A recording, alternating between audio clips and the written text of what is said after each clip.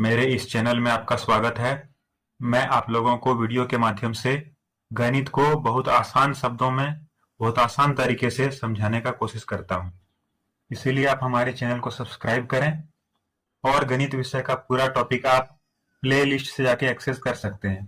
Play list का link आपको description में मिल जाएगा।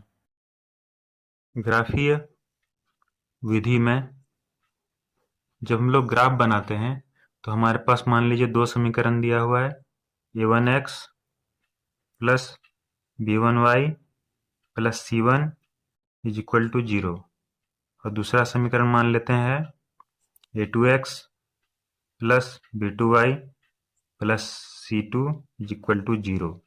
ये मान लेते समीकरण 1 है, ये मान लेते समीकरण 2 है। तो कोई भी दो समीकरण में हम लोग को जो कंडीशन प्राप्त हुआ ग्राफ का, तो देखिए क्या क्या हो सकता है। एक तो ऐसे हो सकता है कि दोनों जो समीकरण है वो एक दूसरे को काटे, जैसे कि हम लोग इससे पहले देख चुके हैं। तो यदि दोनों एक दूसरे को काटता है तो इस प्रकार के समीकरण युग्म को हम लोग बोलेंगे प्रतिच्छेदी।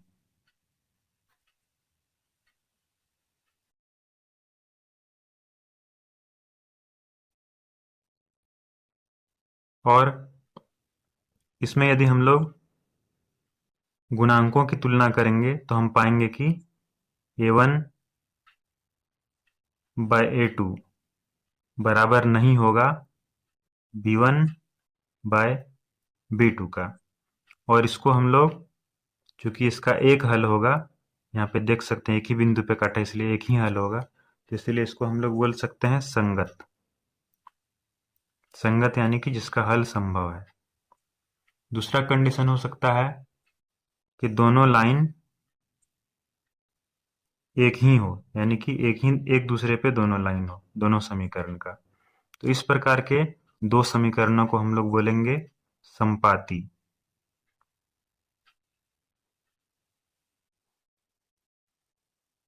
और संपाती में जो कंडीशन होगा गुणांकों का वो होगा a1 बाय a2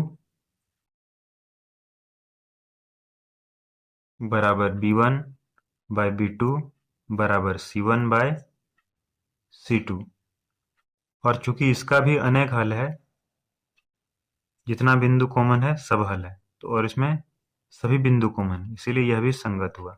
जिसमें जिसमें हल निकलता है उसको हम लोग संगत बोलते हैं। और तीसरा कंडीशन है कि हम लोग को मान लीजिए कि दोनों जो ग्राफ है वो पैरेलल मिले, यानी कि समांतर मिले, कहीं भी एक दूसरे को नहीं काटे। तो इस प्रकार का ग्राफ को हम लोग बोलेंगे अप्रतिच्छेदी या असंगत। जिसका कोई हल नहीं हो वह असंगत है। और असंगत के लिए हम लोग लिख सकते हैं गुणांकों की तुलना a1 बाय a2 बराबर b1 बाय b2 नहीं बराबर होगा c1 बाय c2 का। तो इसको अच्छे से याद रखना है। वीडियो आपको अच्छी लगे तो वीडियो को लाइक करें, अपने दोस्तों को शेयर करें, और यदि आपको कोई प्रश्न हो तो आप कमेंट में लिख के पूछ सकते हैं। धन्यवाद।